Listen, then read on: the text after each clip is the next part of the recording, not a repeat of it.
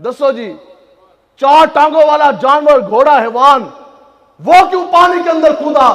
امیر المجاہدین فرماتے ہیں کہ خدا کی قسم جہاز دریا گہرا ہوتا تھا نا اور گھوڑے کی سونگ اس کے پاؤں ڈوبنے لگتے تھے، غیر سے نیچے سے پتھر نیچے سے آ جاتا تھا اس طرح۔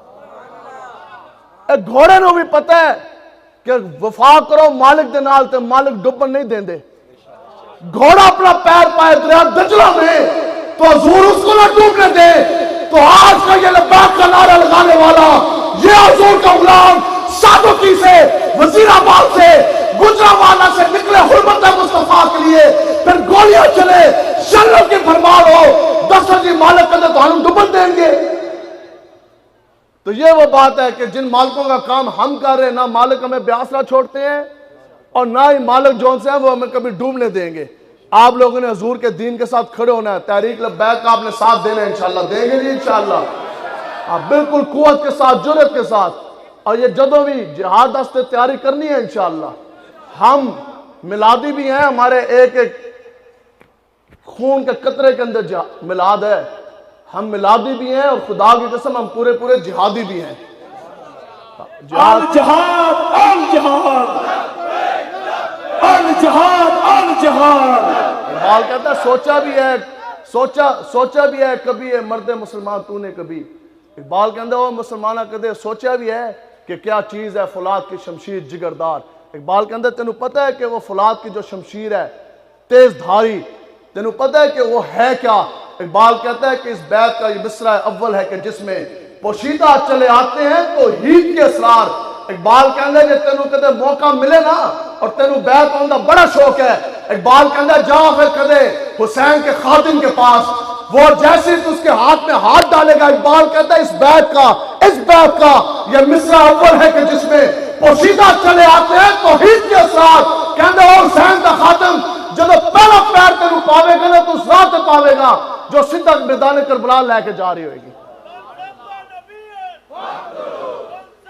ہمیں تو نہیں سمجھ آتی۔ اقبال کہتا ہے کہ باطل کے فار و فرق کی حفاظت کے واسطے یورپ زرہ میں ڈوب گیا دوش تھا کمر۔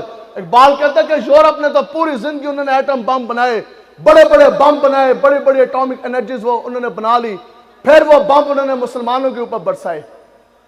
پیٹرول کے کنووں کی خاطر امریکہ پورا عراق جو ہے وہ اجاڑ سکتا ہے، اور ذاتی مفادات کی آڑ میں امریکہ افغانستان میں 3 لاکھ مجاہدین کا خون بہا سکتا ہے، اور ہندو صرف اور صرف اچھا موسم انجوائے کرنے کے لیے 75 سال سے وہ کشمیر کے اوپر اپنا تسلط جما سکتے ہیں۔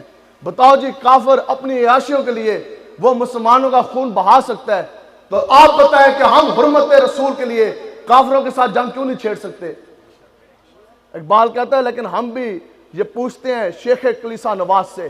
اقبال کہتا ہے پھر یہ سوال ہمارا بھی ان مذہبی رہنماؤں سے ضرور بنتا ہے جو امن کا درس دیتے ہیں۔ اقبال کہتا ہے کہ ہم بھی یہ پوچھتے ہیں شیخ کلیسا نواز سے کہ اگر مشرق میں جنگ شر ہے تو مغرب میں بھی ہے شر۔ انگریز کہتا ہے نہیں جی ہم نے وہاں جنگ کی تیاری کرنی، ان کے لیے وہ بڑا عظیم کام۔ تیاجدہ مسلمان تلوار چکلے جہاد کی گل کرے وہ کہتے ہیں یہ تو دہشت گرد ہے۔ آپ بتاؤ جی حضور کے نام پر تلوار اٹھانا کیا یہ دہشت گردی ہے؟ آقا و مولا حضور علیہ السلام کی اپنی حدیث مبارکہ، حضور علیہ السلام فرماتے ہیں کہ مجھے اللہ تبارک و تعالیٰ نے قیامت سے پہلے تلوار دے کے بھیجا۔ حضور نے فرمایا کہ مجھے اللہ تبارک و تعالیٰ نے قیامت سے پہلے تلوار دے کے بھیجا۔ صحابہ نے عرض کی یا رسول اللہ وجہ کیا؟ حضور نے فرمایا کہ اس لیے کہ پورے روئے عرض پر اگر عبادت ہوگی، وجہ کیا تھی کہ پھر عبادت کسی چاند تارے سورج کی نہیں ہوگی، کسی آتش کو، سانپ کو، جانور کو سجدہ نہیں کیا جائے گا۔ حضور نے فرمایا کہ مجھ محمد عربی کو اللہ تعالیٰ نے قیامت تک تلوار دے کے بھیجا۔ کیوں؟ کہ اگر روئے عرش پر عبادت ہوگی تو صرف اور صرف اللہ تبارک و تعالیٰ کی ہوگی۔ اس سے بڑی آگے آقا و مولا نے فرمایا اور خوب جان لو کہ جنت جو ہے وہ تو تلواروں کے سائے تلے ہے، اور اس دن تسی کیا شرح کرو گے؟ حضور نے فرمایا کہ خوب جان لو کہ جنت تلواروں کے سائے کے تلے ہے۔ آگے آقا و مولا حضور علیہ السلام نے فرمایا کہ وہ دن روز حشر کہ جس دن کسی کے کپڑے کے اوپر، تن کے اوپر کوئی لباس نہیں ہونا۔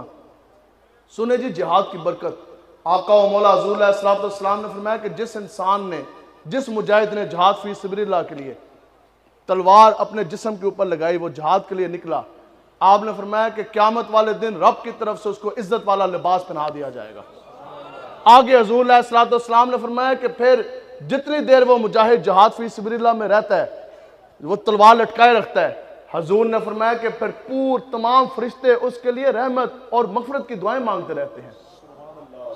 دوستو جی، بندہ حضور دے دین واسطے تلوار چکے، لیکن آج اقبال کہتا ہے تیغ و تفنگ دستے مسلمان میں ہے کہاں۔ اقبال کہتا ہے آج دے اے نوجوان جن کے ہاتھوں میں تلواریں ہونی چاہیے تھی رسول اللہ کے دین کی سربلندی کے لیے، لیکن عجب منظر آ گیا، ان کے ہاتھوں میں آج تو بیٹ آ گئے، بال آ گئے، چکر چوکوں کے سائن کارڈز آ گئے، بل بورڈز آ گئے۔ اقبال کہتا ہے ہاں کہ تیغ و تفنگ دستے مسلمان میں ہے کہاں، اور ہو بھی تو دل موت کی لذت سے ہے بے خبر، اور کافر کی بھی موت سے لرزتا ہو جس کا دل، کہتا ہے کون اسے مسلمان کی موت مر۔ اور اقبال کہتا ہے کہ جس نے ادھر بیٹھ کر لاتے اس کی کانپ رہی ہوں، تو وہ تو کبھی جہاد کے لیے وہ نہیں کھڑا ہو سکتا۔ تو یہ ہم لوگوں نے انشاءاللہ جہاد کے لیے نکلنا ہے۔ ہمیں امیروں مجاہدین فرما کے گئے انشاءاللہ آن دو لبیک دی حکومت، انشاءاللہ 24 گھنٹے کے اندر اندر پوری فوج بھی اور یہ لبیک کہنے والے بھی انشاءاللہ لبیک کا نعرہ لگا کے کشمیر کی سرحدوں میں یہ داخل ہو جائیں گے۔ لبیک لبیک یا رسول اللہ، لبیک لبیک لبیک یا رسول اللہ، لبیک لبیک لبیک یا رسول اللہ، لبیک لبیک لبیک یا رسول اللہ، لبیک لبیک لبیک یا رسول اللہ۔ تو بس بات اب تو جو جی لبیک تو جو جی لبیک بس بات اب میں سمیٹ رہا ہوں۔ الجہاد الجہاد۔ تو یہ یاد رکھیں جب کوئی بندہ تو اے کہندا نا جناب روٹی جدوں بھی ملے گی نا حضور کے دین حضور کے واسطے ہی ملے گی۔ اسی نہ کسی دے کمی ہیں تو نہ اسی کسی دے کانے ہیں۔ ہمارے گھر کے اندر آج بھی اگر دانے ہیں تو آقا و مولا حضور کے نام کے ہیں۔ صدر وزیر اعظم وزیر مشیر دے نال اسی دانے کوئی نہیں کھا رہے، ہم بھی ہمارے بڑے بھی اور قیامت تک ہماری نسلیں بھی اگر کھائیں گی تو وہ حضور کے نام کے دانے کھائیں گے۔ واللہ خیر الرازقین، رزق دینے والی رب کی ذات ہے۔ اور حضور نے فرمایا کہ تمام کائنات کے خزانوں کی کنجیاں مجھ محمد عربی کے تھیلی کے اوپر ہیں، بانٹنے والے تو آقا و مولا حضور علیہ الصلوۃ والسلام خود ہیں۔ تو اس لیے آپ لوگ دین کی طرف لوٹیں انشاءاللہ۔ یہ کوئی مسئلہ نہیں ہے، یہ میں آپ کو حقیقت بتا رہا۔ بتاؤ جی یہ ملک پاکستان ہم نے کیا اس لیے لیا تھا کہ یہاں پوری معیشت جو ہے وہ سود کے اوپر کھڑی ہوگی؟ آج 99.9% نہیں 100% معیشت اکانومی آج ہماری سود کے اوپر کھڑی ہے۔ اور یہ نہیں آپ نے سمجھنا کہ ہم کوئی جذباتی، میں نے خود MBA کیا اور میں خود اکنامکس کا اسٹوڈنٹ ہوں۔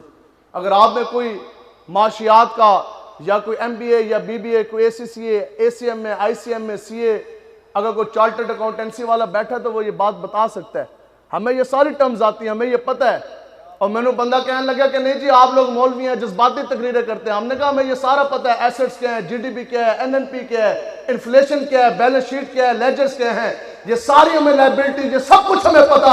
اور نے کہا جب یہ پتہ ہے تو پھر اس کا فائدہ، میں کہا یہ ساری چیزیں ایک طرف، خدا کی قسم قرآن مجید کے ایک نقطے کا بھی یہ برابری نہیں کر سکتے۔ آج جنہیں لوگ ہیں اتنے لنڈن سے سارے بیٹھ کے انگریز آج ہمیں بتاتے ہیں مولویوں کو جی مولوی ملک کس طرح چلائیں گے۔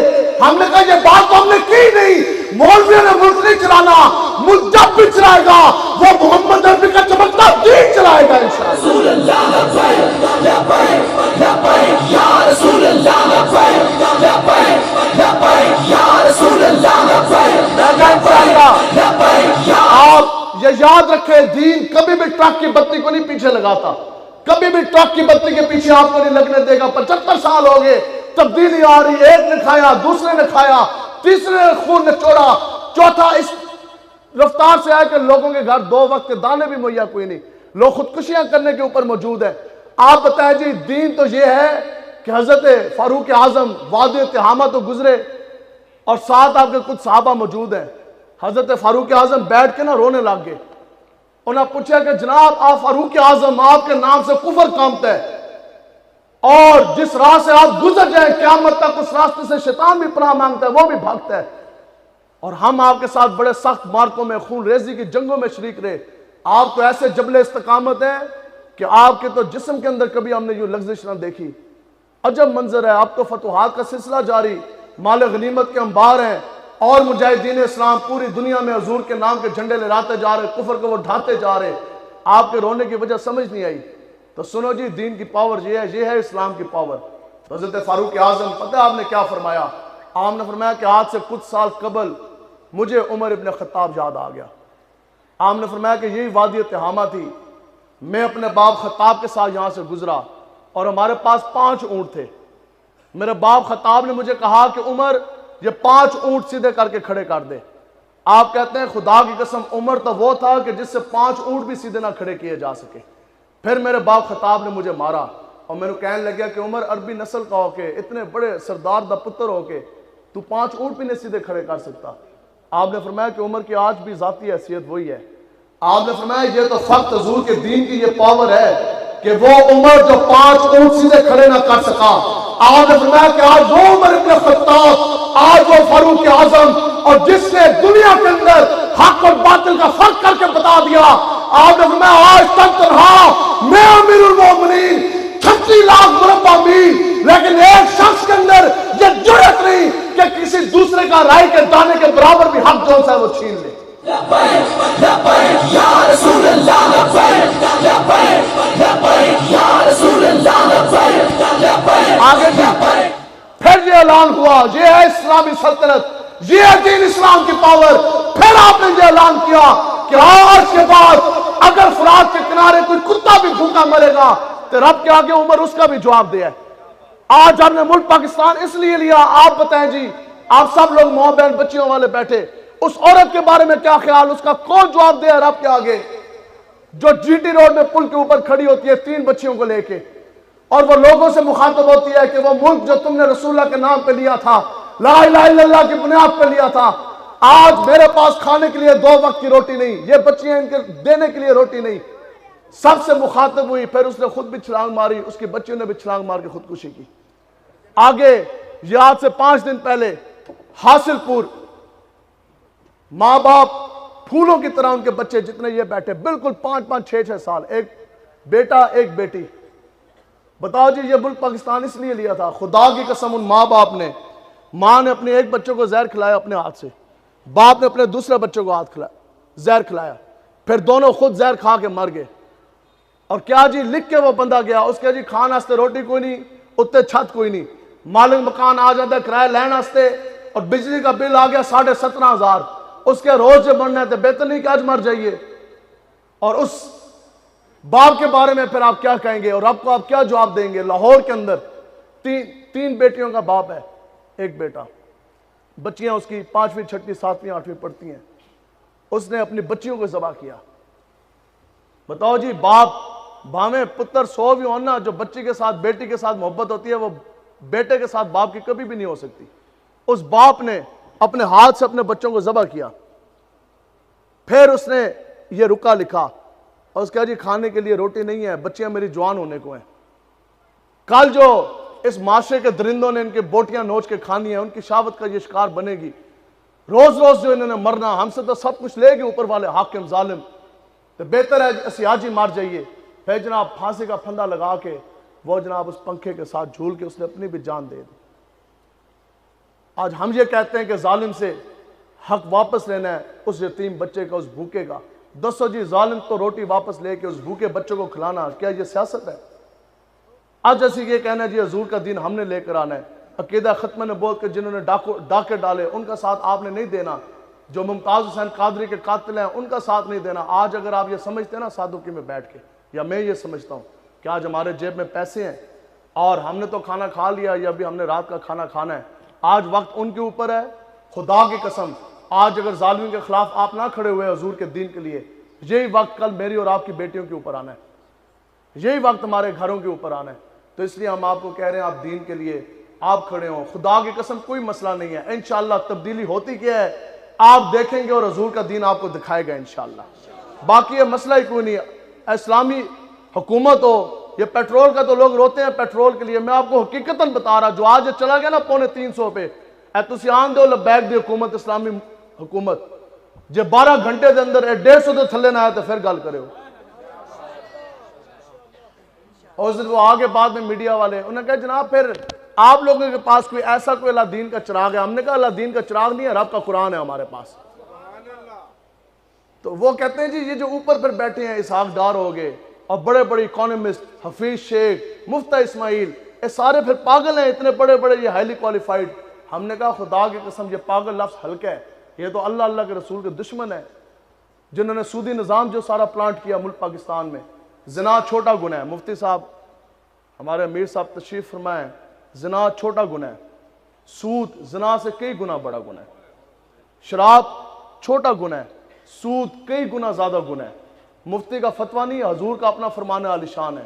حضور نے فرمایا کہ جو سود ہے اس کے گناہ کے 70 حصے ہیں. کتنے جی؟ 70 جو سب سے ہلکا 70واں جو حصہ ہے نا سب سے ہلکا, حضور نے فرمایا وہ یہ ہے کہ انسان اپنی حقیقی ماں کے ساتھ زنا کرے. ہم ان کو کس طرح مان لیں, کس طرح اتباع کریں؟ لوگ کہتے ہیں نہیں جی پھر وہ ایڈجسٹمنٹ بھی تو ہوتی ہے وقت کے حاکم. ہم نے کہا آقا و مولا کا اپنا فرمان عالی شان حدیث مبارکہ.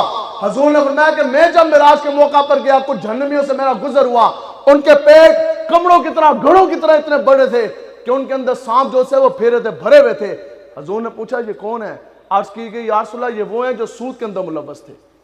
آگے حضور نے فرمایا کہ جس نے سود لیا, جس نے سود دیا, جس نے سود کی دستاویز تیار کی. آگے حضور نے فرمایا کہ جو سود والوں سے راضی ہوا, جس نے ان کے ساتھ ناطہ جوڑا, جو ان سے راضی ہوا, جس نے ان سے تعلق رکھا, جس نے ان کو اپنے گھر کے اندر پناہ دی, حضور نے فرمایا کہ اس کے اوپر رب کی بھی لعنت, فرشتوں کی بھی لعنت, مجھ محمد عربی کی بھی لعنت. سود سے بڑا تو گناہ ہی کوئی نہیں ہے, اور یہ تو اللہ تعالیٰ کے ساتھ اعلان جنگ ہے.